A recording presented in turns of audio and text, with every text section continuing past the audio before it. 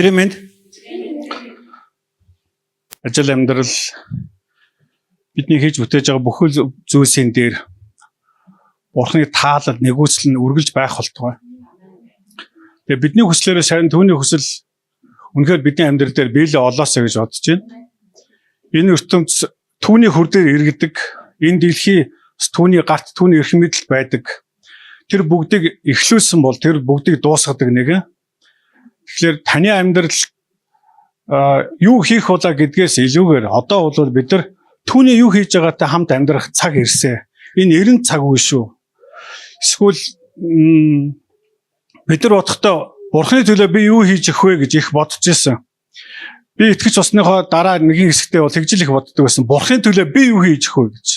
Бурхан та надаар нэг юм хийлгээд, Бурхан та надаар нэг юм хийлгээж, эсвэл та надаар тэрийг хийлгээж гэж.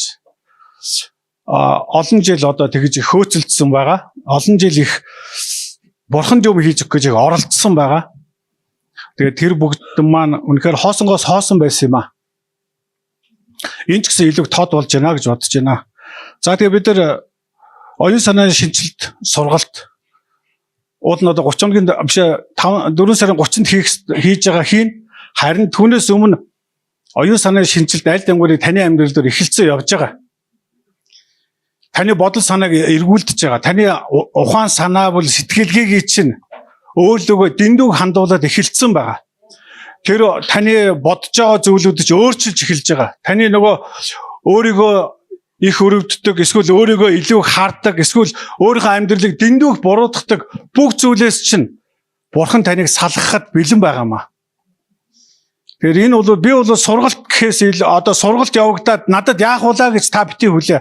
Харин Бурхан айл ангуурын зүйлсүүдийг хийгээд эхэлсэн байна. Энэ таны амьдрал дээр бодитоор явагдаж байгаа. Харин би таныг хараасаа гэж бодож байна. Гэхдээ мэддэг зүйлээр бити хар. Мэддэг одоо миний мэддэг амьдрал, миний мэддэг хувь тавилан, миний мэддэг ажил төрөл, миний мэддэг хийж бүтээх зүйл, миний хийж чаддаг зүйл, энэ бүх зүйлээс үнэхээр хол баймаар байна. Үнэхээр хол баймаар байна. Тэгээд пастор саяхан Йов номоос номлож ирсэн. Дараа нь би дахиад Йов номыг уншсан. Би Йов номыг уншихдаа ер нь яг энэ удаагийнхаа хардагшаар арай л өөрөөр харж уншсан. Өмнө нь бол яг мэдээ Йов ном нэг л тийм хэцүү, зовлонтой, тэгээд яг Бурхан яг одоо Йов дээр юу хийгээд байна гэж гол нь харах гэж байгаа юм юу гэхээр Йовыг Бурхан яаж засав, Йовд Бурхан яаж туслав, эсвэл Йовд Бурхан юу хийж өгөв гэдэргээл маш олон зүйлүүдийг харах гэж асуултад оролддог байлаа. Харин арай өөр зүйлийг хөдөлгөөн харахыг хичээе. Энийн үн би үйлчлээд яг энэ зогсож явахдаа танаас асууж ирсэн мө Бурхан танаас чимээ чи надад хайртай юу гэж асууж байгаа гэж бачаргалаа. Чи юу надад хайртай юу гэж. Тэгээ би хариулна. Тэгээ тэр хариултын дараагаар юу хийдгийг Бурханыг харах цаг ирсэн байгаад. Гэжсэн бол өнөөдөр би танд бас ямар асуулт тавихыг хүсэж байна гэвэл та яг өнөөдөр Иесус Христ амьд тэр бол цонхны амьд Бурхан гэдэгт та итгэдэг үү? Та өрн тэр өөрөө амьд гэдэгт нь ер нь итгэдэг үү? Харин хин нэгэн ярьсан та итгэдэг юм уу? Дорж ярьсан эсвэл айгүй сайн мундаг хүн тэгж ярьсан гэдэгт нь та итгэдэг юм уу? Эсвэл та тийм ээ ер нь амьд Бурхан байгаа гэдэгт та итгэдэг юм уу? Харин та яг өөрөө зүр сэтгэлээсээ тийм ээ тэр бол амьд Бурхан. Тийм ээ би бол амьд Бурханд итгэдэг нэгэн бол би юм аа гэж. Бусд нь хамаагүй за. Тэр дорж итгэх нь үү, дулмаа итгэх нь үү, тэр хинд ч ямар ч хүртээлгүй. Харин та өөрөө яг Бурханыг өнөөдөр амьд байгаа. Есүс Христ амьд байгаа. Тэр мөнхийн улсад өөрийнхөө байр сууриндаа суудсан байгаа. Бурхан бүгдийг эзэмшдэг. Тэр бол эзэн юм аа гэдэг. Та ер нь өөрөө хувь хүнийхээ хувьд та ер нь өөрөө яг итгэдэг юм уу?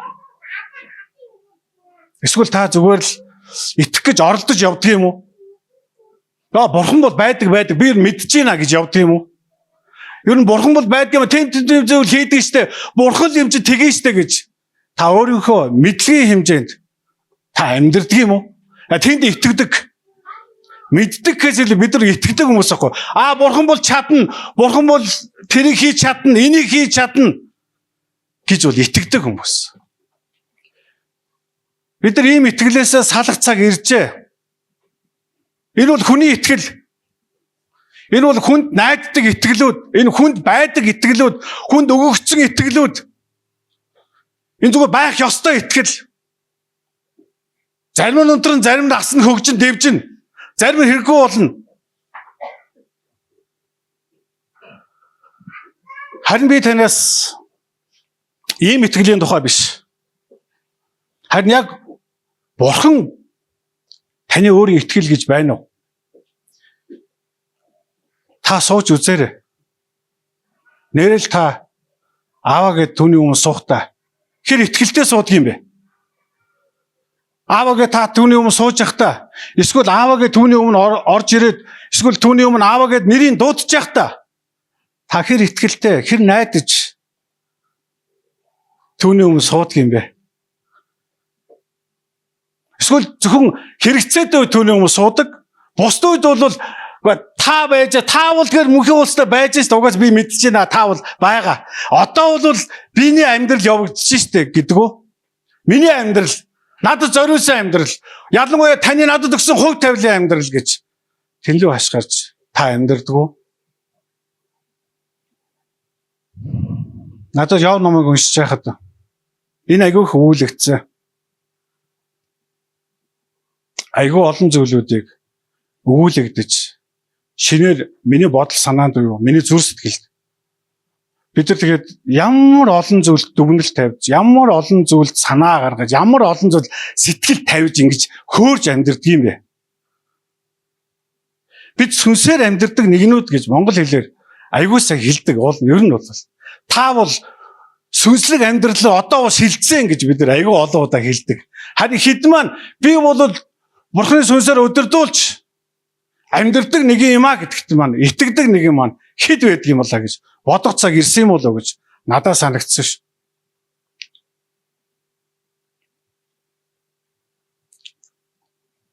Тэгээ бид нар дуулал 119-оор аялж байгаа.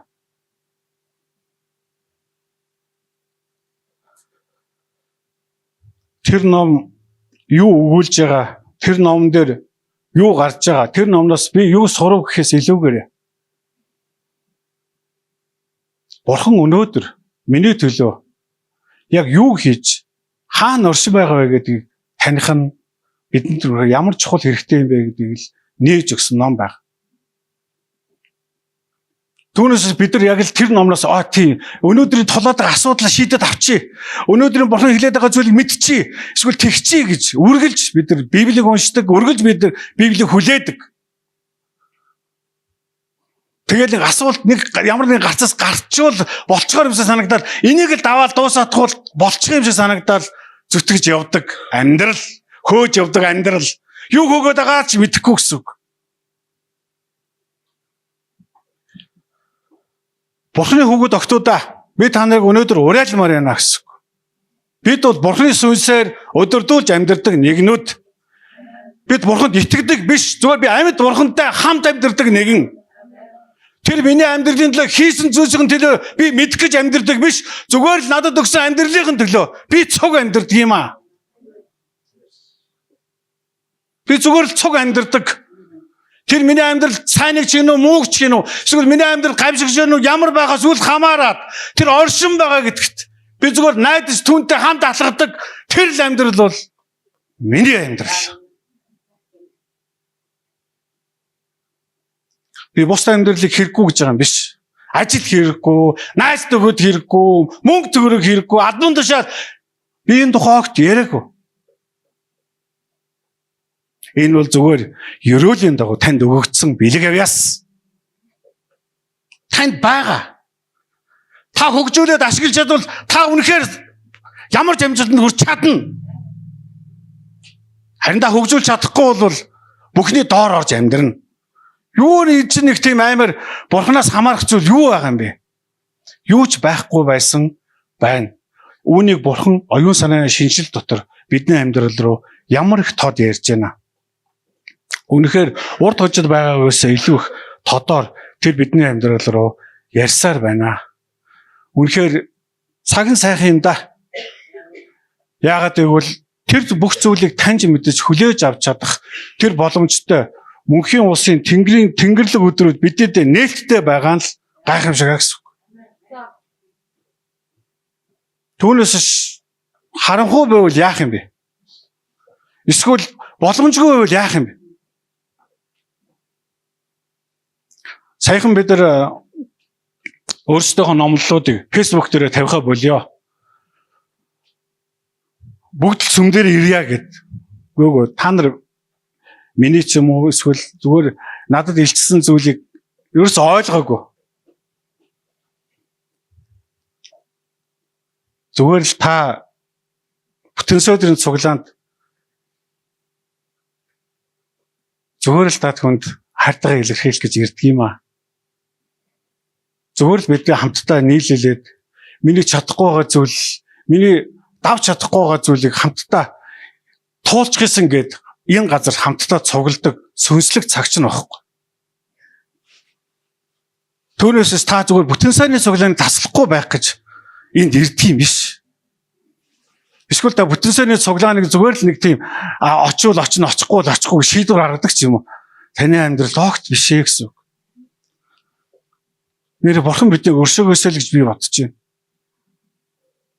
Тэр бид нар ямар ханахгүй тэгээд тэр өвдөн юунд осон байг бол ямар нэгэн аргаар олоо сонсч штэ гэж. Гүйгүй. Аргаар олох сонсох тухай огт яриаггүй. Зүгээр таныг энд ирээд өөрийнхөө зовлон бэрхшээл асуудлуудаасаа салж чадхад чинь туслах газар энд байна л гэж хэлсэн болохоос биш. Энд ирээд нэг хэдэн цаг байгаа ч гэж огт бодоогүй байсан юм аа. Бурхны зүрхийг бид ойлгомоор байна гэсэн. Нэрэл бид нар нийгэмд ажиллаж байхдаа нэрэл бид нар одоо юу гэдгийг итгэж биш хүмүүсийн дунд байц бид нар ярих тулсан итгэж биш хүмүүсийн дунд амьдарч байна гэдэр гээл онцгой амьдраад байгаа юм шиг юм яриад одоо би тэнд хэлье. Огт тийм байхгүй. Бүгд бурхны бүтээлийн дунд бид нар амьдарч байна. Бурхан бүгдийг цуг байхаар бүтээсэн. Амен. Цуг байхаар тэр бий болгож өгсөн. Халелуя. Байхгүйсэн бол би өөр галзуурх байсан байлгүй дээ. Тэгэхээр өөрийгөө битээ нэг тийм онцгойд бодоод битээ ингэж хараасай л гэж бодож байна. Харин бид түүнтэй хамт байж байхад миний амьдрал дээр юу болдгийг харах цаг ирсэн байна. Хүлээн зөвшөөрөх цаг ирсэн байна. Бүр тэрийг тийм ээ миний амьдрал өнөөдөр уршаа явах тэнхэлгүй байсан ч гэсэн маргааш эсвэл нөгөөдөр тэр л намайг өрсөлдүүлдэг юм а гэдэг итгэлийг тавьж амьдрах цаг яг одоо болжээ. Тэр хаанаас эхэлдэг юм бэ гэвэл оюун санаанаас эхэлдэг. Түүнээс биш таны нэг айх дээр итгэлээс чинь огт биш. Бид нар тэр агуу итгэлүүдтэй байвал юмсууд юм агуу болно гэж бодоод байсан юм. Агуу итгэл хэнийг бүтээж чаддаг агуу итгэлд итгэчихвэл гээл дайраад байсан. Итгэл маш энгийн байсан.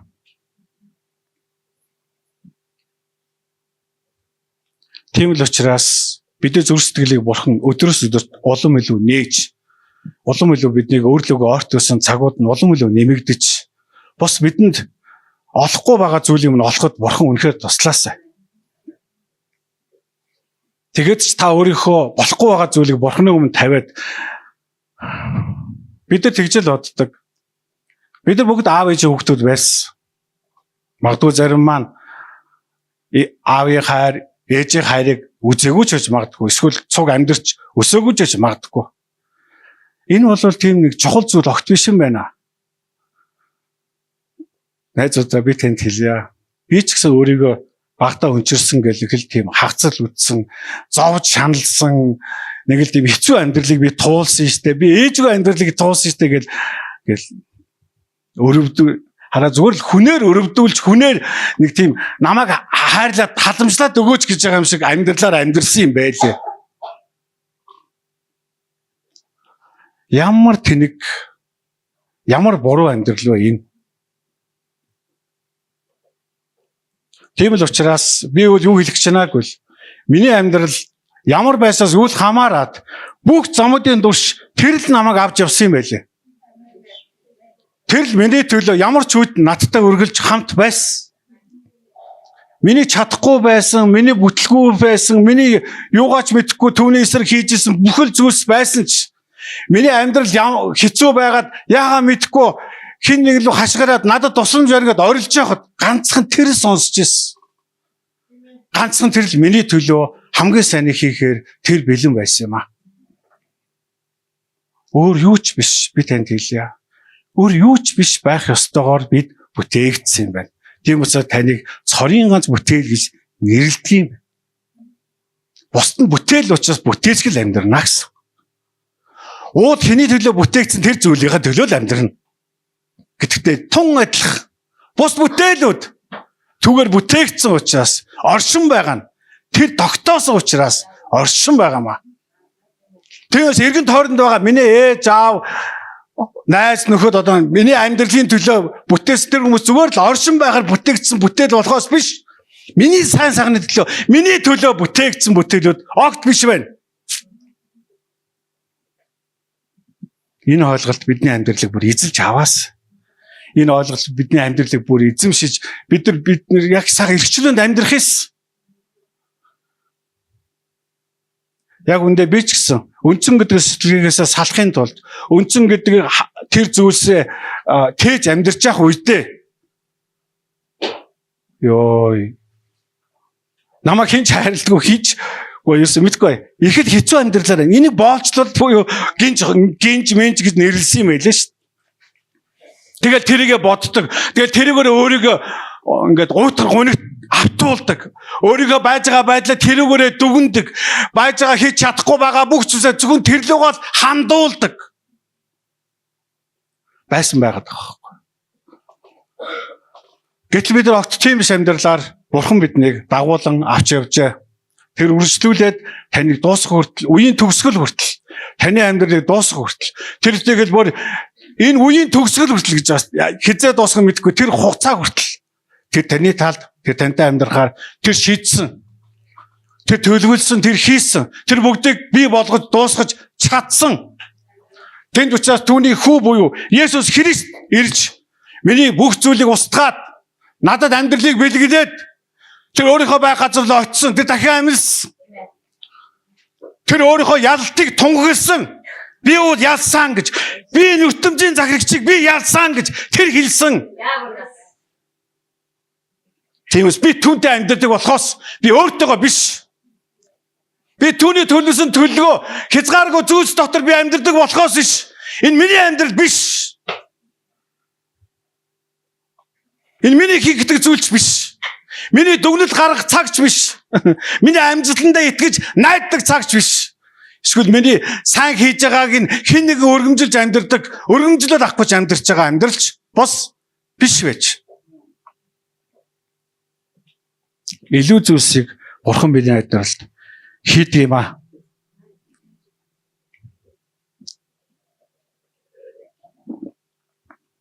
Тиймээс үргэлжлүүлээд үнэхээр түүнд хариулж чаддаг болох төлөө би таныг залбираасай л гэж бодож байна. Нэр би Бурханд яг итгэдэг юм болов гэж. Зүгээр байдаг гэдэгт итгэх нь амархан шүү дээ. Хүмүүс зүгээр л юм гарч ирсэн энэ байгаа гэдэгт итгээд байгаа ч.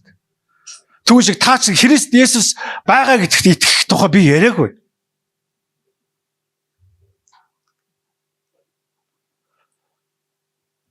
Тэр дахин амьсан учраас бид ч гэсэн үхлийг ялан тэлсэн. Үхэл бидний амьдралыг авч явах ямар ч боломжгүй болсон. Үхлийн бүр харанхуй зүйлсүүд миний амьдралаас дуусгаар болсон. Харин битгий нэм. Битгий олшруул. Үхлийг үргэлж цааш нь түлхэж амьдрах сурцгаая. Үхлийн эсрэг шийдвэр гаргаж үхлийн эсрэг ямар нэгэн зүйлсийг нэмж өгөлтгөө бүгдөө болцгоё. Харин түүний сайн сайхны төлөө буюу түүний надад бэлдсэн сайн сайхны төлөө сонголт хийж түүнтэй хамт амьдралаа үргэлжлүүлцгээе. Үнэхээр миний амьдралд Бурхан юу өгсөн гэхээс илүүгээр би танд хэлье. Яг одоо бол Бурхан танд би чиний төлөө юу хийх вэ гэдгийг ярьж байгаа цаг юм аа. Тантай хуваалцж байгаа цаг, тантай бүр хувьчлан ярилцж байгаа цаг, танд бүр боломж гаргаж өгж байгаа цаг, нөхцөл байдлыг өөрчилж байгаа цаг, чиний амьдрал дээр хийж байгаа зүйлс нэг бүрээ тэр нэг харуулж өгж байгаа цаг таныг мэдээсэй гэж. Түүнээс үүний төлөө хинт суудгүй юм байлээ л дээ.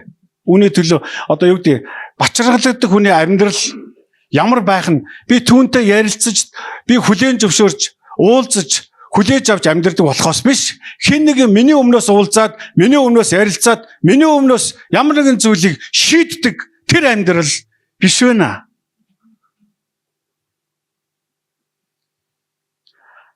Олон жилийн өмнө би хотын сумыг эхлэх явж байхдаа нэг удаа л юм да. Энэ бол ганцхан удаа надад тохиолдсон.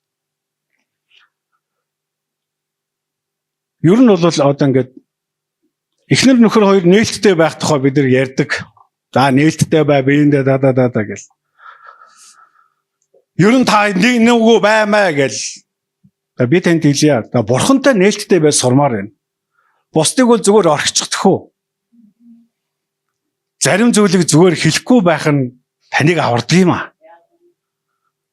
Яагаад гэвэл та хоёр ч хоёр өөр бүтээл учраас юмыг хоёр талаас нь хардаг аа гэсэн.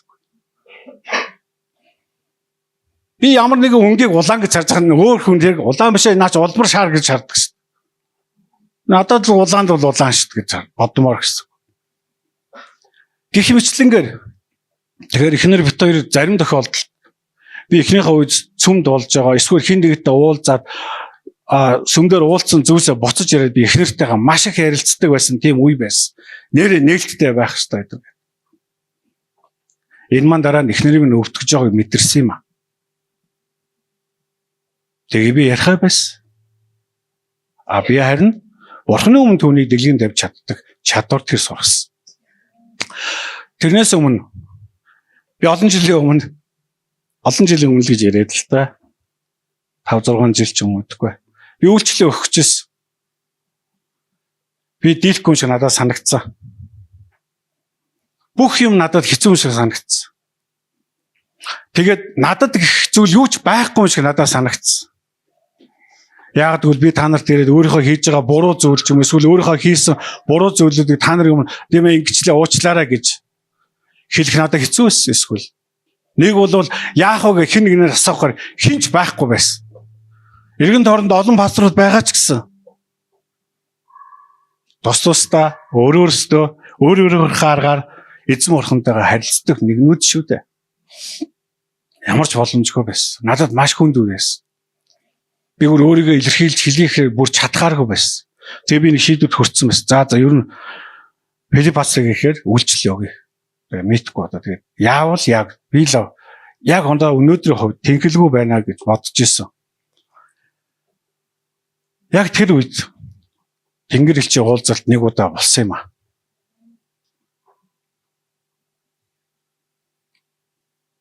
Тэгээ ямар их зүйлээс намайг чөлөөсныг сайн мэдэхгүй ч гэсэн би танд хэлье. Бид нар ийм нэг хүний гэсэн зүйл дээрээ тулах цаг дээр ирж иж магадгүй Бурхныг таньж хараад үгүй та намайг үнэхээр ойлгодог юм байна штэ гэж.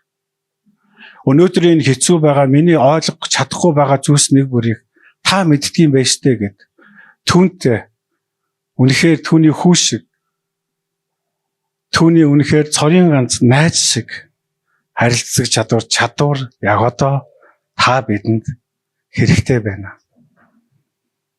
Тэгээ би нэг уулзалтыг даваад тэгээ миний бүх зөвлүүд ёстой л ингээл болоо юу гэмээр алга болж исэн байгаа. Гэх мэтлэнгээр бид нар одоо юмнуудыг өөрсдийнхөө мэддгээр алхатгаа яг одоо зогсоох цаг иржээ. Тийм учраас би Йовын түүхтээс юу харсан бэ гэвэл Йовын 3 найзыг хэлж байгаа зүйл үнэхээр гой саналуд байлаа. Үнэхээр бурханлаг, үнэхээр ингээл өөрөөсөө бурхан дээр очиод юмсууд авч чаддаг. Үнэхээр сэтгэл сайтай, үнэхээр хүн чанартай хүмүүс байсан. Даанч бурханыг үнэхээр таньж чадаагүй. Үнэхээр бурханаас үнэхээр хол игнүүд байсан. Тэгээ яваад зөндөө их тусалсан шүү дээ. Тусгад л баг шийдгүүлэх шахсан шүү дээ. Гэх мэтлэнгээр Оюун санааны шинжилэлт та бидний амьдралыг яг одоо үнэхээр өөрчлөхийг хүсэж байгаа энэ цаг руу Бурхан бидний хөтлөнд агуулж байгаамаа. Тийм л учраас Бурханы өршөөл нэгүсэлд үнэхээр талархаж амьдрмаар байна. Тийм л учраас зүгээр л Бурханд баярлалаа гэж хэлдэг маань бүр хангалттай биш баймаар. Бурханы төлөө хараа. Бурханы төлөө цаг гаргая, зай гаргая, орон зай гаргаж өгье. Яг одоо өнөөдрийн бид яг одоо итгэгч нарт маань байхгүй болчиход байгаа үе байгаа даа. Өмнө нь яаж гаргадаг вэ та мэдхүү? Би жишээл итгэж болж явж байхдаа үргэлж айцсаар штэ. Бурханы төлөө ийм хийхгүй бол Бурханы төлөө эсийн бүлэгт очихгүй бол Бурхан намайг тэгнэ гэсэн айц байдаг учраас үргэлж үйлддэг байсан. Та намайг уцаар ийм зүйлөө авч гээгүүл юм бол би таныг нэгийг бодож хоёрыг тунгагаасаа гэж бодож байна. Бид нар өөрсдөө бол үнэхээр хоосон болоо шүү. Энэ бол аюул. Өөрсдийнхөө мэддгээр амьдрал, өөрсдийнхөө чаддгаар амьдрал, өөрсдөө найдаад амьдрал, өөрсдөө хийж байгаа зүйлсийг зөв юу нь буруу байгаа гэхгүй. Миний хувьд бол буруу байх магадлал ямар өндөр байна. Энэ утгаар нь Бурхан бидний амьдрал руу улам илүү ойртож, бидэнд энэ зүйлүүдийг нээж өгч, өөрийнхөө хийх гэж байгаа зүйлс нэг бүрийг танилцуулах өдрүүд улам илүү нэмэгдэж байгааны төлөө түнд хүндэтгэл өргөмөр байна гэсэн. Түнд чин зүрстгэлээсээ яг энэ газар зогсоод тийм ээ баярлалаа гэж хэлж чадчих байгаа бол та маргааш нөгөөдөр өглөөс хэрээд эсвэл ороо унтахаас Бурханы өмнө баярлалаа танд талархаж байна гэж хэлж чаддаг чадвар хүн нэгүрд өгдөөсэй гэж бодож. Энэ оюун санаанд байдаг зүйл болохоос сүнсний хувьд хийдэг зүйл огт биш. Сүнс үнэхээр ингээсэй л гэж үргэлж хүсчээдэг. Үргэлж тэр бэлэн байдаг. Үргэлж хүлээж идэг нэг. Гайхамшигтай. Бурханы миний амьдрал хийж байгаа зүйлс нэг бүр нээлттэй байдагтай адилхан. Таны амьдрал дээр ч гэсэн энэ зүйлс улам илүү нээлттэй байх болно. Бурхан үргэлж хамгийн сайныг таны төлөө хийх болно. Үргэлж хамгийн сайн зүйлсийг таны талд үргэлж тэр босгох болно. Энэ зүйлсийг би мэдсэн ч мдээгүй ч авч амьдрмаар байна гэж хүлээн зөвшөөрөх цаг надад ирээсэй л гэж бодож байна. Магадгүй би тэр нэг үйлчлэл өгөхгүй яасан юунаас болсон гэж амар олон шалтгаан байсан. Ямар шалтгаан байгаагүй. Би зүгээр л юмсуудыг буруу ойлгосон. Юмсуудад найц. Миний хайртай намайг тойрж байгаа хүмүүст найдвараа тавьсан. Хитргийг найдвар тавьсан. Хитргийг юм хүлээс. Хитргийг боломжууд байна да гэж бодож ирсэн. Харин миний найдвар хүмүүст биш. Миний найдвар миний эргэн тойронд байгаа нэгэнд ч биш. Миний найдвар зөвхөн түүнд л юм байна гэдгийг би тэгэхэд ойлгож, би тэгэхэд хүлээн зөвшөөрч, би дараагийн амьдралыг ч гэсэн түүнд найдаж амьдрахын төлөө өөрийнхөө оюун санаа, өөрийн сэтгэл зүрхийг, өөрийн оюун санаа буюу зүрхээ өөрчлөхөд Бурхан надад тусалсан юм а. Энэ зүйл таны амьдрал руу ч гэсэн урсан орох цаг ирсэн. Хотын сүмийнхээ үгийг хэрэгжүүлж, үгийг хүлээж авч, бичиж байгаа шиг үгийг амьдруулж, амьдрал сурцгаая. Түүний миний амьдрал дээр хэлэгдсэн үг нэг бэлээ олсон гэхээс илүүгээрээ юу бэлээ олох гэдэг нэг хайгаас илүүгээрээ зүгээр л миний Бурхан надтай хамт байгаамаа гэд хүлээн зөвшөөрөх амьдрал энэ цагаас эхлэсэн. Би ч төрмгийн хүндээ би ч их шийдмгийн хүндээ гэж бодож байгаас илүүгээрээ зүгээр л миний хийж байгаа бүх зүйлсийг таална. Тэр таалдаг байгаасаа гэдгийн төлөө бүгдөө амьдрах шийдвэр гаргахад хангалттай юм уу гэж надад санагдсан юм а. Гэтэл Йовын өөрийнх нь илчилж байгаа, найзуудтай хэлж байгаа үгийн эсрэг хэлж байгаа үг нэг бүрийн цаана зөвхөн түүний зүр сэтгэлээс зөвхөн Бурханд бууж гисэн үгүүд л явж байгаа. Зөвхөн Бурханд бууж гисэн. Зүгээрээ ийм байсан ч Бурхан өөрөө мэдж байгаа штэ гэж. Зүгээрээ тэр надаас өөрөө өгсөн тэр өөрөө л авсан байлгүй дээ. Таны таалар болгоог хүлээн зөвшөөрсөн л амьдрал. Тэгээд ч дуулал номын эсрэг Йов ном орсныг та мэдэх үгүй юу? Нэг л учиртай юм байлээ. Тэгээ үргэлжлүүлээд Бурхан биднийг өөрийнхөө замаар өдөр бүр дагуулan авч явах болтугай. Тэгээ өдөр бүр бидний зүрх сэтгэлийг шагнадаг байгаасаа гэж бодож байна. Намайг урамшуул зоригжуулаасаа гэж бодож байна. Хин нэгнээс биш. Бид нар хэдүүл ингмээр бүлгийн уулзалт хийх үү хийхгүй юу пастор хаана хийх үү хэний тэггүй би уулна зүгээр л та өөрөө бүлгийнхаа уулзалтыг хийгээд эхлээд хийгээчтэй тэгэл нөхөртөөгөө хий, эхнэртэйгээ хий, эсвэл нэг найзаагаа авчиад хийгээд залбираач ээ. Юугаа хүлээгээд байгаа юм бэ? Хэнийг хүлээгээд байгаа юм? Ямар цаг ямар өөрийнхөө бурхантайгаа нөхөрлөөч ээ. Өөрийнхөө хамт алхадаг, өөртөөгөө хамт байгаа түнтэйгээ яриач ээ. Яг түүнийхээ ярьж байгаа зүйлийг сонсох чадвартай болохын тулд энэ зүйлийг хийж үйлдээч ээ. Хин нэг хүлээгээ, хин нэг зохион байгуулаад, хин нэгний удирдлагын дор үүнийг хийх гэж оролддог бодлууд маань яг одоо салхинд хийх цаг ирсэн. Тэр үүнийг үнэхээр ялмаар байна. Бид нар Бурханд үнэхээр илүү цай гаргамаар байна. Цай ерөөсөө гаргахгүй. Тэгээд 4 сарын 31-нд 31-2-т биш Мегийн юу болох гэж байгаа? Мегийн боксидын хорд болох гэж байгаа. Түүний өмнө цирктээр авралын зарын том конференц цуглаан болох гэж байгаа. Тэгээд манайх оролцохгүй юу гэд та нар их юм бодож байгаа. Авралын зар тараа шинэ хүн аваачсан. Тэгээ хүмүүс авралын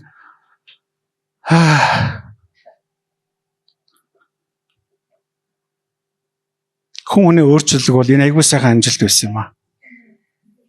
Хотын сүмийнхээ эхлээ би өөрөө өөрчлөгдөё. Үнэхээр би чин сэтгэлээс хэн нэг идэхийн төлөө амьдрал сурья. Үнэхээр би хэн нэгэн тусалж байгаа юм бол түүнээс авсан зүйлсээ тусалж чаддаг зүрх сэтгэлтэй амьдрал сурцгаая. Тэрний дараа тэр авралын зар чинь үнэхээр амьд байх болно. Үнэхээр амьдаар үйлчлэх болно. Үнэхээр хүмүүсийг амьдруулна, хүмүүст амьдрал бэлгэлнэ. Хүмүүсийн амьдрал үнэхээр цэцгэлж хөгжих болно. Бүрэн утгаараа. Тийм л учраас тэр зарыг би зүгээр л талт хийсэн байна. Бидэрт ийм цаг ирээсэ гэж бодож байна. Зүгээр л тэр үнэхээр би авралын зар тарах гэж байгаа шалтгаанаа мэддэг. Эсвэл би хэнийг нэг аврах гэж байгаа төлөө зүрх сэтгэлээ зориулж чаддаг. Эсвэл би яг тэр зүйлийг халахлаад зогсож чаддаг нэг л баймаар байна гэсэн үг. Үүнээс та тэр нэг хин нэгний төлөө зогсож чадгаар хэрэггүй. Та дайсанд олзуулж та устгагдсан шүү. Энд чинь хүн болгоны хийдэг зүйл хогт биш. Яг л хамгаалах нэг юм байхгүй байж. Ойлгож байна уу? Хамгаалах нэг юм байхгүй байна. Миний ард хэн байгаа хэлээ гэж мэдж байгаа бол үүнийг хийж чаддаг баймаар байна. Амен. Яагаад би яагаад чадахгүй ч би нэг зүйлийг хийж яхад миний ард миний эцэг зогсож яхад миний өмнөөс ирж байгаа нэгэн эцгийн минь хараад тэр цай тавьж өгөх болно. Эцгийн минь хараад тэр дууга татгуулна. Тэр бүр зайлах надаас биш. Эцгийн улмаас.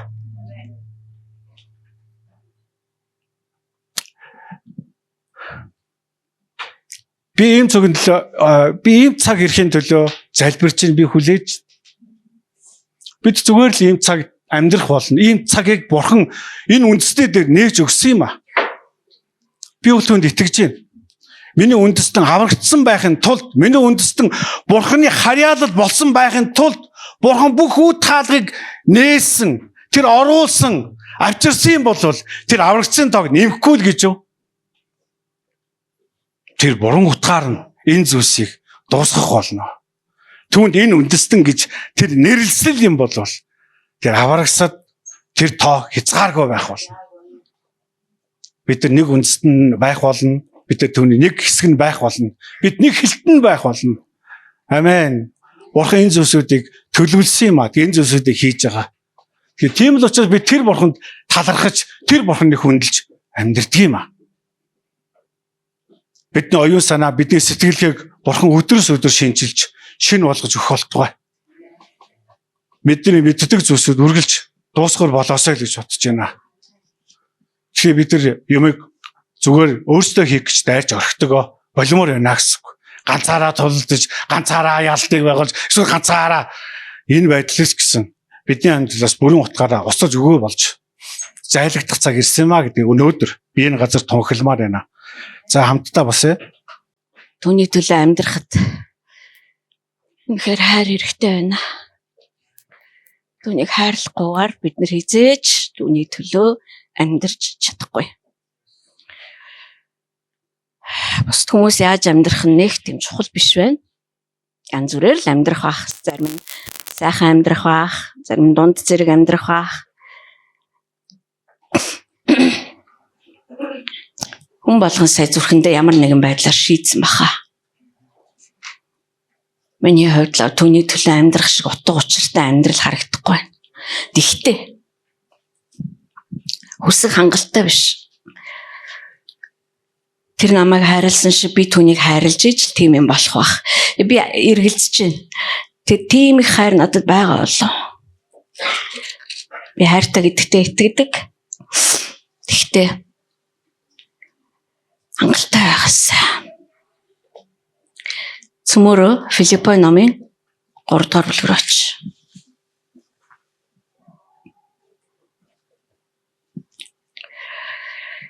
Ордоор бүлэг.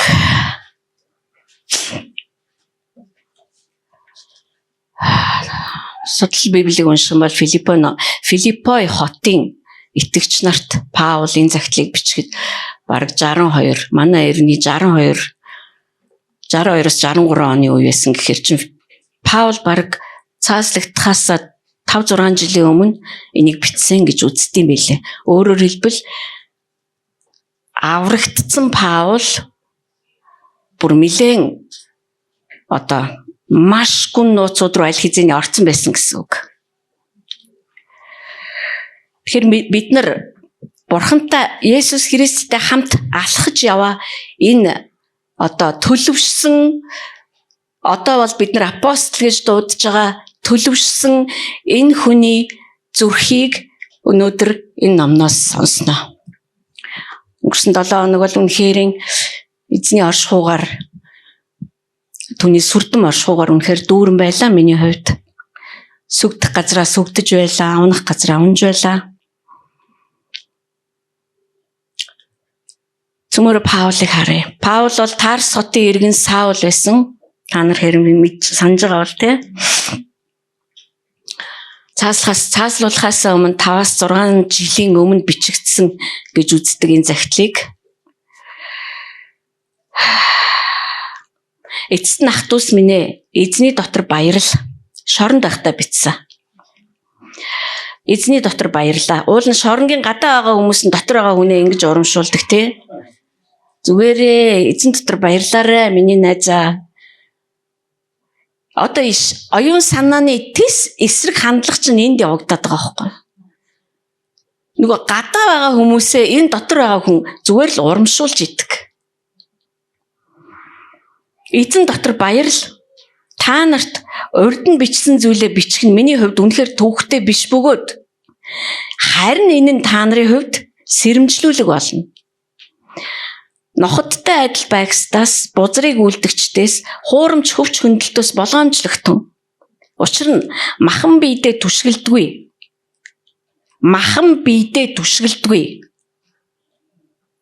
Бурхны сүнсээр мөргөж Христ Есүсээр сайрахдаг бид бол жинхэнэ хөвч хөндүүлэгсэд билээ.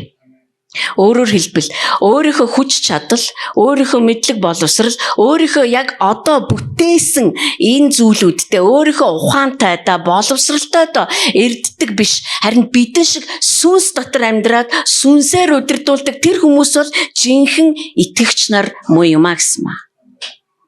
Гэсэн ч би махан биедээ түшгэлж бас болох юм.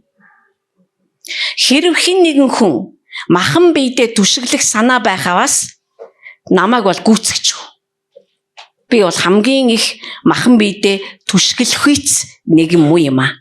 Би түрүүд 8 дахь хоногтой хөвч хөндүүлсэн Израиль үндэстэн Биньямин овгийн хүн, еврей хүнээс төрсэн еврей. Өөр орчуулган дээр би еврейчүүдийн дундаа бүр элит еврей гэж байгаа. Элит еврей. Хуулаараа би гарцаагүй фарисей. Итвэх зүтгэлээрээ би чуулганыг хавчигч. Хууль дах зөвхт байдлаар бол би огт гим зэмгүй. Хуулаар, Мосегийн хуулаар бол би зөвхт ямар ч гим зэмгүй гэж тооцогдох хүртлээр Саул байхдаа энэ хүн ийм их амжилтыг олсон байгаа байхгүй. Хинч түүнийг ямар нэгэн гим нүгэл хийж яхад нь олж чадаагүй гэсэн үг. Хуулаар бол би зүгээр 5-5 хушуутай байлаа гэж. Тэгэхээр би сайрхвал надад сайрхах юм зөндөө байна. Гэвч миний хувьд ололт байсан бүх юмсыг би Христийн төлөө гар цохирол болгон тооцов. Хог болгоод хогийн сав руу би чулуутсан гэж байгаа. Тэр ч байтугай би өөрийн эзэн Христ Есүсийг таньж мэдхийн давуу агуу байдлын төлөө бүх юмсыг гар цохирол гэж үздэг. Хог новш гэж үздэг. Бүр өөр нэг орчуулга дээр нохойн баас гэж үздэг. Бүр шулуухан гэж хэлсэн маа. Энэ хүн бол худлаа яриаггүй шүү дээ. Би юу олсон? Би хийм. Би юу олсон? Би миний нийгэмд эзэлдэг байр суурь.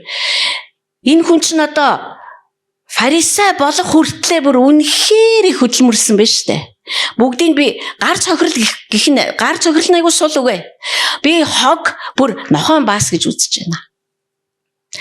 Христийг таньж мэдхийн хажууд зөөрлөх юм бол хуулиас гардаг өөрийнхөө зөвхт байдалтай биш.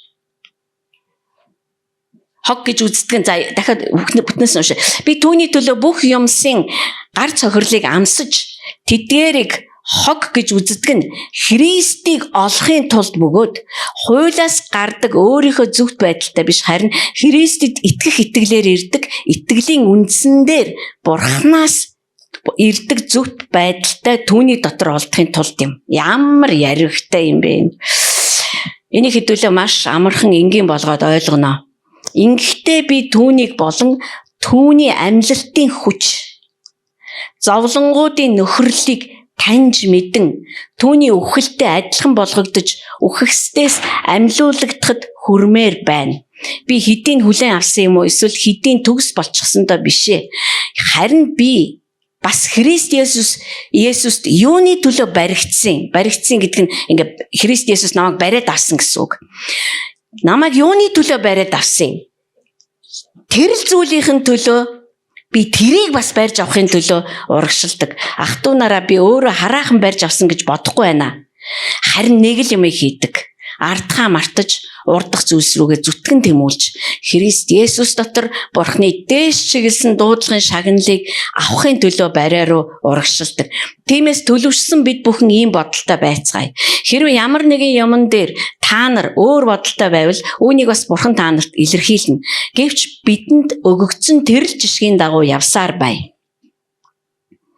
Хэрвээ та нар үүнээс өөр ямар нэгэн бодол байгаа бол Бурхан таны нүдний харааг улам тод болгох болтугай. Англи библиэр ингэж хэлсэн баа.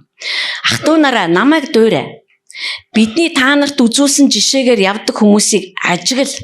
Миний та нарт үргэлж ярьж байсан олон хүмүүс Христийн загалмайн дайснууд мэт явдаг гэж би одоо уйлан байж хэлж байна.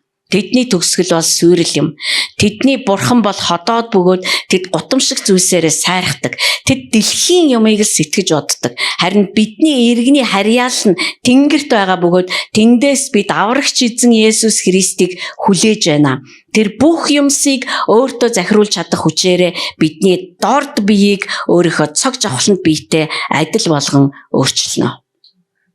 Ганцхан энэ бүлэглэхэд Паулын Есүс Христтэй хамт алхаж байхдаа олж авсан тэр одоо Христ итгэлийн одоо тий үзэл санааг одоо бүхэлд нь шингээсэн байгаад байгаа байхгүй юу? Би мэдээж багтахгүй нь ойлгомжтой. Тэгэхээр дараагийн бүтэн сайдар үргэлжлүүлэх юм байна. Ямар ч байсан Паул гэдэг хүн Саул хотод төрсэн Саул гэдэг нэртэй байсан. Өөрийгөө тэр хэлж байна. За би ч бас өөрөөрөө сайрахыг гэвэл би хинээс ч илүү сайрах юмтай хүн. Би бол Биньямин овг бол бас 12 овг дотроо маш их хүндлэгддэг овг байсан. Би тэр овгийнх. Би евдээчүүдийнхаа дотор би бүр элитэд нь ордог. Нийгмийн гарал үүслэн. Тэр Ромын иргэн. Тэр нийгэмд маш өндөр байр суурь эзэлдэг гэсэн үг. Яагаад энэ бүхнийг яриад байгаа юм бэ гэдгийг та ойлгоно л доо. Тэгээд би 8 дахь хоног дээр хөвч өндүүлсэн. Надад ямар ч холц байхгүй. Одоо баг одоо тий хөх Монгол гэдэг шиг л одоо хөх еврей байх нь шүү дээ. Би бүр үнэхээр Бурхныхаа хуулийг бүр хардан байж сахидаг байсан. Би одоо шууд англи библиэс ярьж байгаа. Хардан байж сахидаг байсан бөгөөд үүнийхээ төлөө би бүр үхэн хатан тэр байтугай чуулганыг хүртэл хавчсан юм а. Зүгээр чуулганыг хавчаагүй шүү дээ. Анхны Христийн төлөө амиа өгсөн Стефаныг алхад хүмүүсийг төрхраад би гэрчин бид нар зөв юм үлдэж байна. Би үүнийг гэрчилж байна. Хувцаа миний урд тавьж аваал. Эрх мэдэлтэй учраас хүмүүс хийж байгаа үйл Саул эрх мэдэлтэй учраас түүний өмнө авцарч хувцас аваалж байгаа байхгүй юу? Саул гэрчилж байна. Яагаад гэвэл зөв юм хийж байгаа гэдэгтэй. Би тийм хүн байсан юм а. Саул хэлж байна те. 3 дугаар бүлгийн сүүлд нь Саул хэлж байгаа. Үгүй Паул алцсан шүү дээ одоо. Би одоо нэг л юм хийдэг. Артгаа мартаад би юус урагшаагаал явах хэвээр. Яагаад гэвэл ард нь мартаж болохгүй зүйл түнд байгаа аахгүй юу? Алла тайцсан Стефан байж гэн те. Тэр олон эмгүү баримжилсан эмэгтэйчүүд, хүүхдүүд, үхэлд тушаасан хичнээн олон тэр замд хамааралтай эрэгтэй, эмэгтэй, хөгшин, залуу, хүүхэдгүй би бүгдийг баримжилж байсан. Үйлс ном дээр байж байгаа шүү дээ. Яг түүнийг аврагдах юм. Нэг тийм таатай амьдрал бол байгаагүй түнд. Би тэрийг Паул одоо энэ нөгөө нэг ухаан санаанаас мартна гэсэн үг шүү дээ. Хизэж хүний оюун ухаан бол мартахгүй шүү дээ. Гэтэ би тэрэн дээр төвлөрхийг хүсдэггүй. Би зур урагшаагаал явдаг. Энэ хүн чи одоо цаазлагдтлаа толгоогоо авахсан шүү дээ. Цаазлагдах хүртлээр тэр хүн зөвхөн нэг юм руу л урагшилсан байгаа байхгүй юу? Тэгээ юуруу гэдгийг нь хэдүүлээ одоо эндээс олж харна. Ариун сүнс тэгээд угаасаа надад туслах ёстой. Яагаад гэвэл би ярьж байгаа юмныхаа дэргэд үнэхээр өчүүхэн. Ийм байсан Саул аврагдаад Паул болсон. Тэгээд энэ бүх илчлэлтүүдийг одоо эдгээр чинь бүгд илчлэлт шүү дээ. Биднэрт бичиж бэлэн хоол болгож өгсөн. Энэ илчлэлтүүдийг бид нар яагаад энийг илчлэлт гэж итгэдэг вэ гэхээр бид нар эдгээр нууцуудыг уншиж ухаарах тусмаа бид нар өсчээдэг. Биднийг тижээдэг, биднийг тэгтгдэг. Бидний бүр зөвхөн бидний сүнс биш, бидний бүр махан биеийн хүртэл хоол тижээлийг өгж идэг. Учираас энэ илчлэлт байдаг. Би Паулыг яагаад ингэж их дурдж байна вэ гэхээр Паул бол Есүс Христтэй хамт амьдраагүй. Тэр үед байсан л да. Гэхдээ 12 дагалдагчийн нэг юусоо байгаагүй.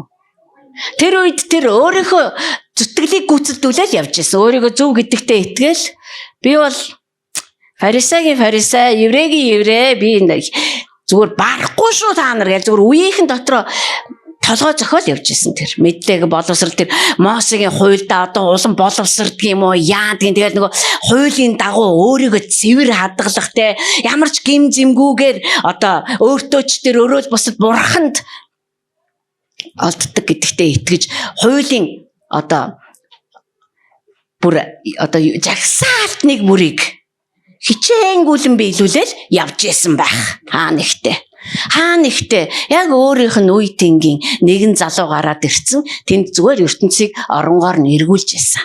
Тэ Саул ахта тэр Есүс Христийн Галил одоо тэ Иерусалимын хавар юу хийж ирснийг сонсч ирсэн би мэдэхгүй. Ямар тач байсан үеийн хүмүүс явж ирсэн тэнд. Ерөөсө Христтэй ойрхон байгаагүй.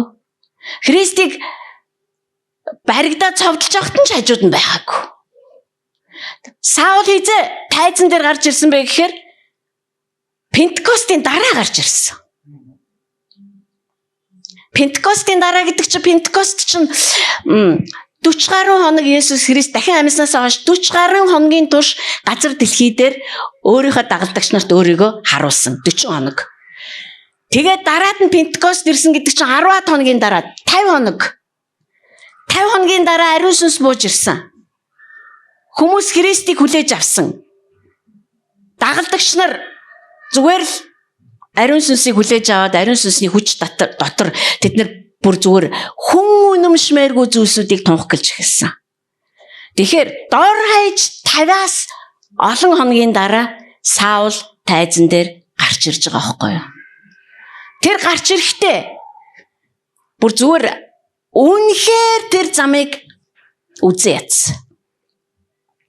Үнэхээр үзээ яц. Яа тэгвэл та боддоо өөрийгөө зөв гэдэгт бүр 100% биш ээ 200-300% итгэлтэй. Яагаад гэвэл хуулийн бүх юу ядаа зүйл заалтуудыг мэддэг. Бүр тэрүүгээр нь амьдраад бүр сурцсан.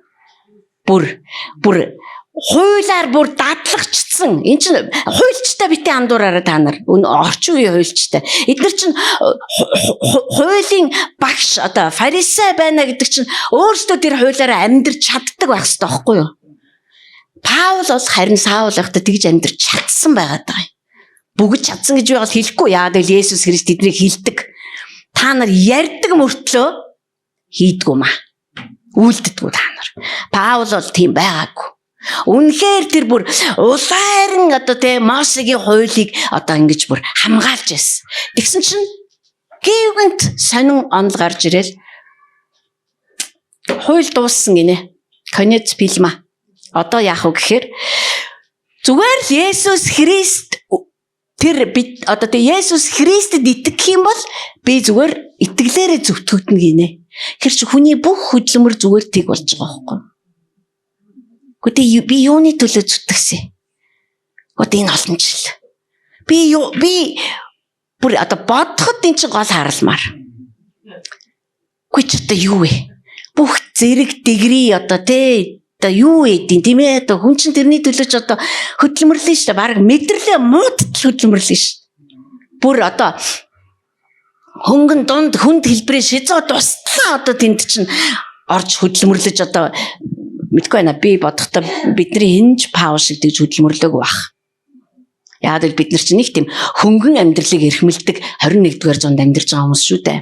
Юмыг дандаа нэг хөнгөн маягаар хийдэг те. Айтайхан айл болохоор ингээл харж яснаа ингээл энэ арай амар юм шиг байна. Айл болохоор нэг амар те нэг тийм өөрт нэг тийм зөөр айл яавал багтаа яах. Тэрийг нь хайдаг тийм өрөвдмөр зуунд амьдарч байгаа байхгүй юу? Тэгэхээр Саулыг өөрөөрөө ерөөсө битгий жишээрээ. Энэ хүн бол ухаалттай хөдөлмөрсөн хүн заяа. Одоо яаж ийм гэхээр энэ нь хог новш болсон. Тэгэхээр энэ хүн чи улаард юм байгаа үстэй. Зөвхөн хог новш болсонд нь биш. Хог новш болсыг ч хараахан мдээгүй байгаа. Зүгээр л Мосегийн хуулиас өөр юу ч байхсгүй. Өөр хүн яаж ч өөрийгөө бурхны өмнө зөвтгөж чадахгүй. Зөвхөн хуулийг сагсан хүн бурхны өмнө зөв гэж тооцогдно. Өөр хинч биш. Гэхдээ тэр Авраамийн амьдралыг мэднэ шүү дээ. Авраам хуулиас өмнө амьдарч ирсэн шүү дээ. Тэгтэл хууль гэсээр хагаад сохорцсон байгаа байхгүй. Авраамыг байтугай. Авраам бол бидний өвөг. Бид нар бол Авраамийн удам гэдэг хүмүүсийн нэг бол Паул яхахгүй юм уу? Гэтэ тэр Авраамыг харахгүйсэн. Харсан бол үнээрээ тийм биш тий. Авраам ч нэрээ хуулиас өмнө төрсөн шүү дээ. Тэгэхээр Авраам зүгээр итгэсэн чинь бурхан зөв тооцоолсон шүү дээ. Гэх байсан. Харин тэр дэгээгүй. Тэгэхээр тэр Авраамыг хараагүй. Авраамыг хараагүй юм чи Авраамд үзэгдсэн бурханыг тэр бас хараагүй. Тэгээд тэр чуулганыг мушгиж эхэлсэн. Үгүй хавчиж эхэлсэн. Стефаныг алхад оролцсон. Гар бие бүр уриалан дуудсан. Тэр бүр санаачилсан бүр. Санаачлаг бүр дутуу дулмиг ажиллаад байгаа юм шиг санагдахаар нь бүр санаачлагыг гартаа аваад бүр Дамаск руу Бүгдийг чинь газрын өрснөөс арилгана гэд бүр үнэхээр одоо Паул бол бурхны зүтгэлийн талаар бурхны төлөөх гэсэн зүтгэлийн талаар бичсэн л дээ. Би мэднэ бурхны төлөөх зүтгэл гэж юу гэдэг би мэднэ. Миний ахын дүүс зүтгэлтэй ч гэсэн тэд нар зүтгэлнэ. Бүр буруу ишсэн сүг шиг байсан юм аа. Буруу байсан. Буруу юмны төлөө тэд нар зүтгэлтэй байсан. Тэр чинь аргач тэр чинь өөрөө зүтгэлтэй байсан юм чи. Өөрөө тэр чинь бүр тэсхүндлээ явж исэн хүн шүү дээ. Тэгээд Дамаскын зам дээр тэр Есүс Христтэй уулзахдаа тэр зүгээр л ер нь бол тэгж нэг ухаарч бодохч секунд олдоогүй шүү дээ тэрэнд. Түүний эргэлт бол зүгээр үнэхээр бүр гайхамшигтай байсан. Цэвэр гайхамшиг байсан. Тэр зүгээр л өөрөө бичсэн шүү дээ. Дараад нь галаачуудад хэлсэн байдаг баха. Би мах цустай ч зөвлөдөггүй гэж өөртөө ч зөвлөөгүй, би хүнтэй ч зөвлөөгүй. Би одоо ингэж юм. Энэ одоо юу гэсэн үг вэ? Петр ахаа тэргээгүй. Хинтэй ч би зөвлөөгүй. Ямар аимшигын одоо тийм эзлэлт болсон мэдэгдээд байгаа байхгүй. Хинээс ч асуухгүй. Тэр үед Христийн дагалдагч нар амьд байсан шүү. Хинээс нь ч очиж зөвлөгөө аваагүй. Би хинтэй ч зөвлөөгүй. Би өөртөөгөө ч зөвлөөгүй. Өөртөөгөө зөвлөл бүр их аюултай. Одоо энэ дотор бол мэдлэгийн цайз майз одоо тий. Гэхдээ Есүс Христ түүнтэй Дамаскын зам дээр уулзахтаа л би боддог байхгүй. Зүгээр ингээл гамбир шиг няцлаа ийцэн зүгээр бүр толгойнд байсан эмх цэгцтэй гой мэдлэгийн файл майл байх бүгдээр хаана юу байгааг нь мэддэг байгаа. Тэгээ бүр ингээд гайхшраа. Тэгээ бүр амар юм ч харахаа болоод. Хүний гарт ороод. Тэгэхээр Паул бол апостол. Гэхдээ миний өнөөдрийн танд хэлэх гээд байгаа санаа бол Паул бол та бидний одоо төлөөлөгч мөн байхгүй юу? Та бидний төлөөлөгч. Паул хамгийн их илчлэлт өгсөн. Амар сонин. Бүр хамгал одоо Христийн үхэл загалмай дээрх ажил. Тэгсээ загалмай цаана. Тэгснэ Христийн дахин амьлалт. Үгүй ерөөсөө зүгээр хиндэнч өгөгдөөгүй тэр нууцудаа бурхан Паулд ярьсан байгаа байхгүй. Бурханд те заавал Христтэй хамт нэг багт газар дэлхий дээр хамт алхаж исэн хүн хэрэгтэй байгаагүй. Яагаад юм би мэдэхгүй. Бурхан өөрөө тэгэл сонгосон баг. Тэр Паулыг сонгосон. Тэр илчлэлтээ өгөхөөр. Би юу гэж хэлэх гээд энэ нөхөр энэ бидэнд амар нээлттэй байхгүй. Энэ бидэнд зүгээр л дэлгээстэй гэх юм уу одоо. Хамгийн их дэлгээстэй, хамгийн их харамгүйгээр одоо нээгээд өгчихсөн тэр нууцуд бид нар Саул шиг л хандаад байгаа байхгүй юу? Сохорцсон. Би бурхныг огт таниагүй байсан гэж. Саул бурхны өөрөө бол Мосегийн хуулийг гүйцэлдүүлээл ширхэгчлэн ингээд тэр ч гэсэн ингээд өглөө босоод эхэлж байгаа шүү дээ. Бас өдөржингөө үргэлжлээл орой морой ингээд мөрөгдөг юм бол мөргөөл, өргөдөг юм бол өргөөл, яадын дуулд юм бол дуулаад бүх яс чаягдаг бүгдийн наривчлан сахиад л одоо ерөөсө заагаал сургаал өөрөө сургагдаад яа зэрэгдэвээ хамгаалал одоо ерөөсө зүгээр ингээл. Би ингэсэн мөртлөө би таныг таниагүй ш. Би таныг мэдээгүй явж шít. Энэ бол Саулын хувьд бол зүгээр үнэхээр хүл цаашгаас. Би бодохдоо төгсөгч үеийнхний жинхэнэ мэдлэг яг ингэж л эхлэх байх гэж боддог. Бид нар өөрийн гэсэн юмнасаа зуурж байгаа цагт хизээч юм явагдахгүй. Үнэхээр. Тэгээд Паул бол би энэ 3 дугаар бүлгээс юу гэж харж байна гэхээр бидний гигэн дүр төрх мөн байхгүй. Нэгэн дэлчлээд өгсөн өөрийнхөө хүнээр дамжуулаад тэгтээ бүр Христтэй хамтж байгаагүй. Бүр тэгтээ бүр Христийг үзэн ядчихсэн. Тэр нэгнийг өөрлөгөө ингэж эргүүлчихэд бүр өөрийнхөө мөнх төлөвлөгөөг зүгээр баа бээгүй ярьж өгөөд. Бид нар Паулын бүх захиаг унших юм бол хуулийн ямар нэгэн зүйл ангитай юу ч зөөрлүүлж ярихгүй тэр. Өөрөөр хэлбэл түүний хуучин юмны зийч байхгүй түнд ярьж байгаа шинэ юм дотор нь. Бүр тэгтлээ тэр бүр илчлэлтэнд нь бүрэн автсан байгаа байхгүй. Тийм учраас энэ бол шинэ гэрээний итгэгч бид нарын зүгээр л дүр төрх.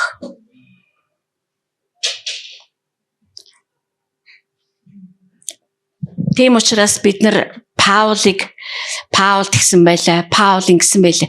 Тийм Паул тийм илчилт авсан байлаа гэхээсээ илүүгээр өөртөө хамаатуулж бодож сурах хэрэгтэй. Эн чинь бүрэн боломжтой. Бид нарыг Паул юу гэж загталтаа хэлсэн бэ гэхээр та нар хэрэг Христ Есүст итгэсэн бол ариун сүнсийг хүлээж авсан бол та нар дээрээс төрсөн та нар шинэ бүтээл. Үгүй ийм амархан уу? Яагаад би шинэ бүтээл юм? Яагаад бид нар шинэ бүтээл биш бол энд суугаад ийм юмыг ойлгохгүй шүү дээ. Бид нар Христэд итгэсний дараа та сандаа. Бид нар Христэд итгэсний дараа бидний бүх юмыг хардаг хараа маань өөрчлөгдсөн. Бүр гадаа тарьсан байсан мод хүртэл гоё харагдсан бид нарт. Яна ямар гоё юм бэ? Яанаас ийм гоё байсан юм уу? Ийм сайхан байсан юм. Хөөе, миний нөхөр чинь, миний эхнэр чинь пүүх бурхан надад өгсөн гэж бодхоос бүр хайр минь оргилж байна гэл. Бид нар тэгдэг байсан ш. Бид нар яагаад ч нэг тийм өөр болцсон ш. Бидний хараа яагаад ч өөр болцсон. Тэгэл бид нарт сүм ямар чухал юм, бурхны үг ямар чухал юм, залбирал ямар чухал юм. Гэхдээ одоо эн чинь бидний хуучин хүн ингэх үү? Хизээч ингэхгүй ш. Бид нар шинэ бүтээл болцсон байхгүй. Тийм л учраас бид нар бүр тэр шинэ амьдралдаа бүр туйлын баяртай болж эхэлсэн. Тэгээ бид нар явж яснаа ихэнх маань хайр нь хөрсөн. Би тэгэд боддог байхгүй юу? Бид нар одоо Христэд хайртай байсан чи хайр нь хөрцөн гэл одоо бүгдээр харагдчих байна, хэлчих байна, хүлээн зөвшөөрчих байна. Тэгээ хайр яагаад хөрдөө? Надаа энэ бол би зүгээр л асуусгүй. Яагаад энэ хайр хөрчдөг юм бала? Бид нар энэ харилцаа ганцхан талтай явдаг учраас бид нар ерөөсөө энэ харилцаа ч ерөөсөө ингэж одоо цусны эргэлжиг ерөөсөө эргэж өгөхгүй байгаа байхгүй юу? Намайг өрөөгөөч, та намайг хайрлаач, та намайг тэврээч, та надад хайртайгаа дахин хэлээч. Та намайг нэгүүлсэж, та нэгүүлсээ надад өгөөч, та намайг өрөөгөөч. Миний чихэнд аялахтаа үгсийг хэлээч. Өнөөдөр би сүм рүү очиж जैन, та намайг магтаач. Өнөөдөр би очиж та намайг инкрилээч, халуун ингэртэй тэврээч. Бид нар бүгдээрээ түүнээс авахыг хүсдэг.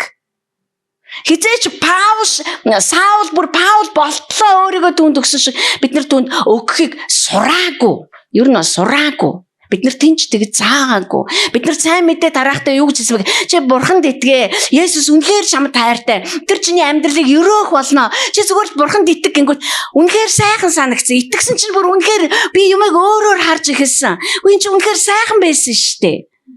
Юмыг өөрөөр харж байна. Нөхцөл байдлуудаа одоо ондоогоор харж байна бид нар. Яг л ямар ч хүнд нөхцөл байдал дотор байсан миний бурхан надтай хамт байгаа гэж бодхоос үнэхээр гоё тэр хамт байгаа шүү дээ. Би алдаан зөрчил гарсан ч тэр өдгөө гин нүгэл үйлдсэн ч Христийн цус намайг угаадаг. Харин бид нар энэ байдал дотроо бүр дэндүү даварсан. Бид нар эргүүлж түнд юу ч өгөө байсан. Хүн юм өгөхөө байхаараа хүн хорогдож эхэлж байгаа байхгүй юу?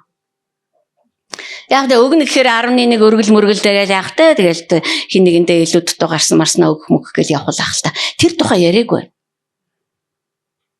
Өөрийгөө өгөх. Одоо энэ Паулийн бидний ярьж байгаа хэлийг нь сонсоод бид нар ангаана. Ийм хэлээр бид нар ярьдгүү. Паул хэлж ш. Би бүр энэ зовлонгийн нөхөрлөл гэж байгаа үгүй. Зовлонгийн би бүр хамтарч хуваалцмаар байна гэж байгаа шүү дээ. Тэнгүүтээ Коринтчуудад бичсэн загтал дээр Паул хэлдэг баг. Над шиг их Христийн нэрийн төлөө зовсон хүн байхгүй шүү. Би тэдэн удаа ташуурдуулсан, би тэдэн удаа чулуугаар шидүүлсэн, би тэдэн удаа тэгсэн, би тэдэн над шиг Христийн төлөө. Тэгтээ Паул энэгээр сайрхаж хэлээгүй юм. Зүгээр би түүний зовлонгийн хуваадагтаа би баяртай байдаг. Би цаашдаа ч хуваалцах болно. 21-р зууны итгэгчдийн тэс эсрэг үзэл. Бид нар аль болохоор баг зовх юмсан. Айл болохоор нэг зовлонгүй хэсэг даваад гарчих юмсан. Айл болохоор баг уйлах юмсан, айл болохоор баг өвдөх юмсан. Бид Паул түүний зовлон хуваалцсан гэсэн бүр. Тэр хуваалцсан жинхэнэ утгаараа. Дээрээс нь тэр бүр ингэсэн би бүр өхлийнч үзмээр байна. Тэгчээ дараад нь тэгвэл би дахин амьлалтын хүч чадлыг ч хуваалцсан болно. Яа тэгвэл миний энэ амьдарж байгаа бие Паул биеийг аюун хит хитэн янзаар нэрлсэн байдаг загтлууд дээр майхан гэж нэрлсэн байгаа. Миний энэ газрын бие гэж нэрлсэн байгаа тий. Тэгвэл миний энэ бие сая санаа намраад шинэ бие хүлээж авна. Би тэрийг үзмээрээ. Паул зүгээр тултлан хүсэж байгаа аахгүй бүр тултлан явж байгаа аахгүй. Тийм л учраас би тэр бүхэн л анзаарахдаа би өөрийнхөө амьдрсан амьдрал тэр аимшигт өвхөл тэр олон эмэгтэйчүүд хүүхдүүд хөгшцүүл тэр Христэд итгэгчдийн амь насанд өөрийгөө буруутгах болно. Би тэрний төлөө л урагшаа. Тэр энэ Паул биш үү? Би танд хэлээд ш. Паул болохоор л тэгсэн байх гэж битгий. Энэ бидний амьдрал болох шүү дээ. Сая удаа бид нар дууссан шүү дээ.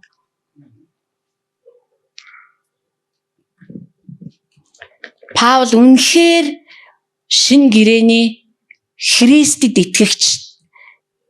итгэгчдийг зүгээр л төлөөлөл гараад ирсэн. Бид нар яг ийм байх юм аа гэд. Бид нар яг ингэж амьдрах юм. Бид нар яг ингэж урагшлах юм. Бид нар яг ингэж итгэх юм.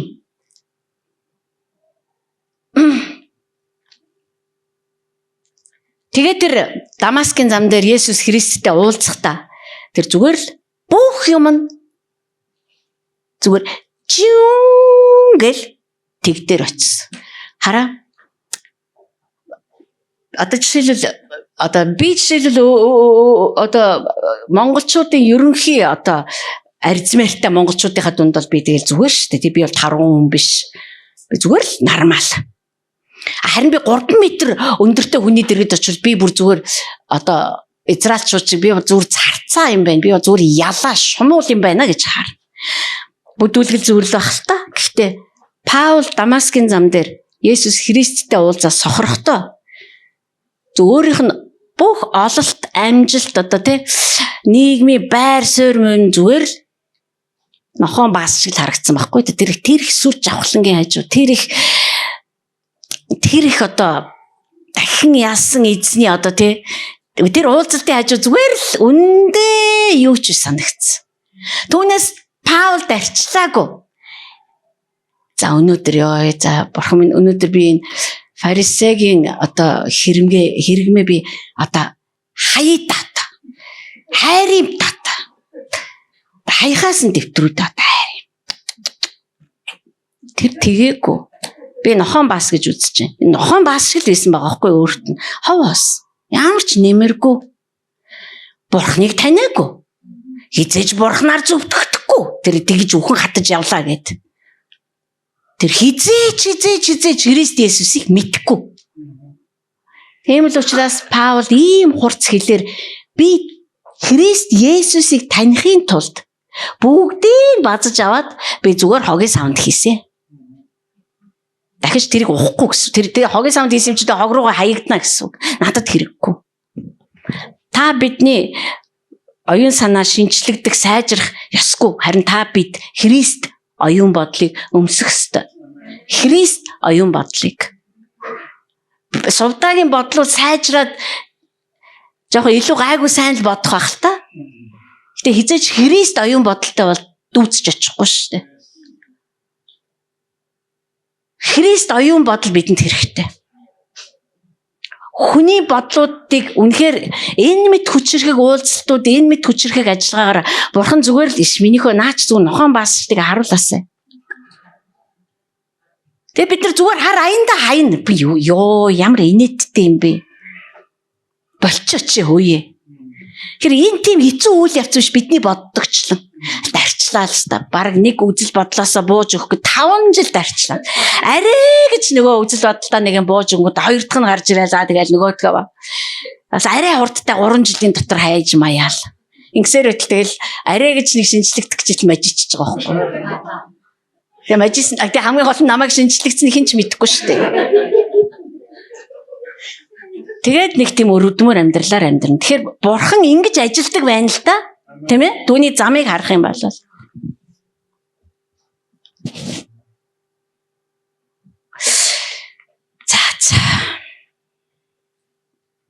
Надад маш их ярих юм байгаа гэсэн ч гэсэн амжихгүй учраас би дуусгая. Бид нар энэ 3 дугаар бүлэг дээр илүү төвлөрөх болно. За, тэгэхээр Дамаскын зам дээр тэр бүх юмыг хайсан, хог гэж үзсэн. Тийм учраас тэр хинтэй ч зөвлөөгүй. Хараа.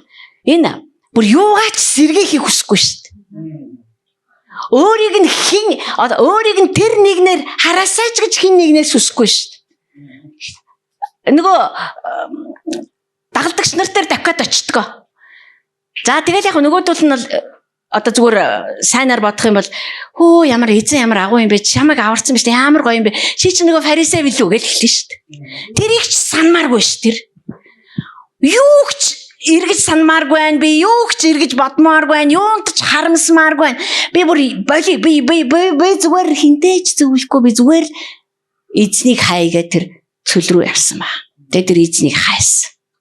Тэгээд бурхан түүнд хараа Христ оюун бодолтой нэгэн гэдэг бол үнэхээр яагаад гэвэл бурхан тэр Христ оюун бодлыг бидний дотор бий болгох ажиллагаагаа сүнсээр хийн. Тийм учраас тэр бол бурханы хувьд та үнэхээр амин чухал ажил байх болно. Та маш амин чухал объект нь болж хувирна бурханы хувьд. Одоо таны тархич нь одоо шилжүүлэн суулгагдах гэж байна шүү дээ. Тийм учраас энэ бурхны онцгой анхааралд байх болно. Би бодохдоо тэр аль хизээний энийг ажилуулад эхэлсэн гэж боддог.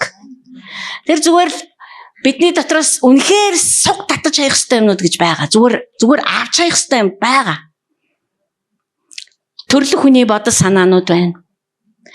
Махан биеийн дагуу боддог бодол санаа гэж нэг нохойн бааснаас долоондор юм байна.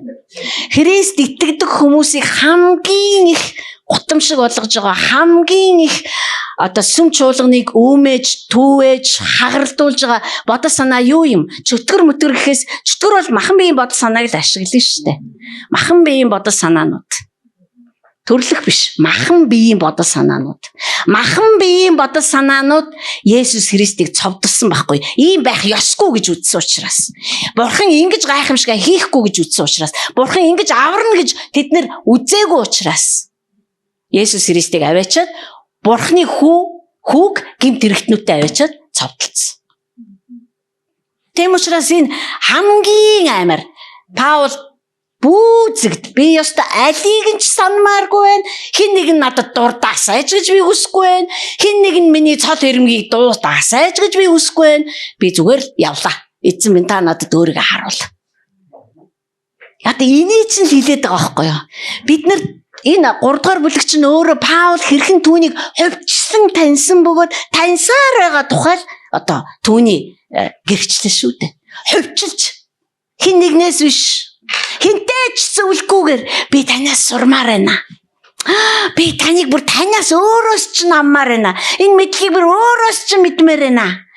Одоо таны зовлонгуудыг хуваалцах юм уу? Би өөрөө мэдмээр байна. Би өөрөө мэдээд би өөрөө туулмаар байна. Тэгснээрээ хинч танд сувда чи Христийн зовлонг хуваалцаад байгаа юм байна те. Харин тий хуваалцаад байгаа чи хараад байгаа юм уу? Гэхгүй. Зүгээр л та дотроо мэддэг. Миний эзэн ингэ зовсон. Тэгэхээр би яг л явж байгаа юм байна. Яг л зөвл яваа юм байна. Замаараа л явж байгаа юм байна. Хүмүүс намайг гүжирдэж байна. Хүмүүс намайг одоо юу гэж юм гэдгийг те. Миний эсрэг худлаа ярьж байна. За эсвэл би одоо шудраг бусаар яаж мааш. Бидний явж байгаа л зам байхгүй юу? Энэ гайхаад байх юм юусоо байхгүй гэсэн. Бид нар түүний зовлонг хуваалцж байна гэсэн үг. Есүс Христ зовлон одоо тэр Есүс Христ өөрлөө нь асуудал бий болох тоолонд л ойрлол хашгичаал дөрвөн мөчөөс авлаад бурхан минь энэ дэлхий дээр амьдрах чинь авшимаа аст нар ёо бошуухан ядаргаатай юм та тэр загламаа магалмаага хурдах шиг хурдах шиг хадуулаад үхээд яах юм ядаргаатай тэр юус тэгээгүй. Тэгээ бид нар энэ тухай дараагийн бүтэн сайдэр ярина. Бид нар энэ тухай бодох хэрэгтэй байна бас ярих хэрэгтэй байна. Бурхан бидэнд өөрийгөө хувьчилж мэдүүлэхийн тулд Есүс Христ миний бас энд сууж байгаа хүн нэг бүрийн хүүхдийг оруулаад хүртэл эзэн нь байхын тулд тэр үхээ дахин амьсан байгаа байхгүй. Гэтэл бид нар түүнийг намайг эзэмшгийг нь зөвшөөрөхгүй яваад иж болох уу?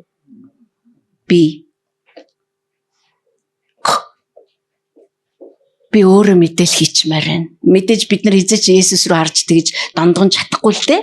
Гэтэл дотроо би ингэж л хиймээр. Би бол ингэж л хийнэ. Хизээч бид нар эзэн тийм учраас Есүс хэлсэн байхгүй. Амаараа эзэн гэж дууддаг боловч зүрх чинь үнэхээр хол байна да. Хайрт Есүс таны үхэл ба дахин амьлтыг тунхагласан тийм өдрүүд явагдаж байна. Тэгээ бид нар бүхий л амьдралынхаа туршид таныг зөвхөн танаас өөрөөс чинь таньж мэдсээр байх болно.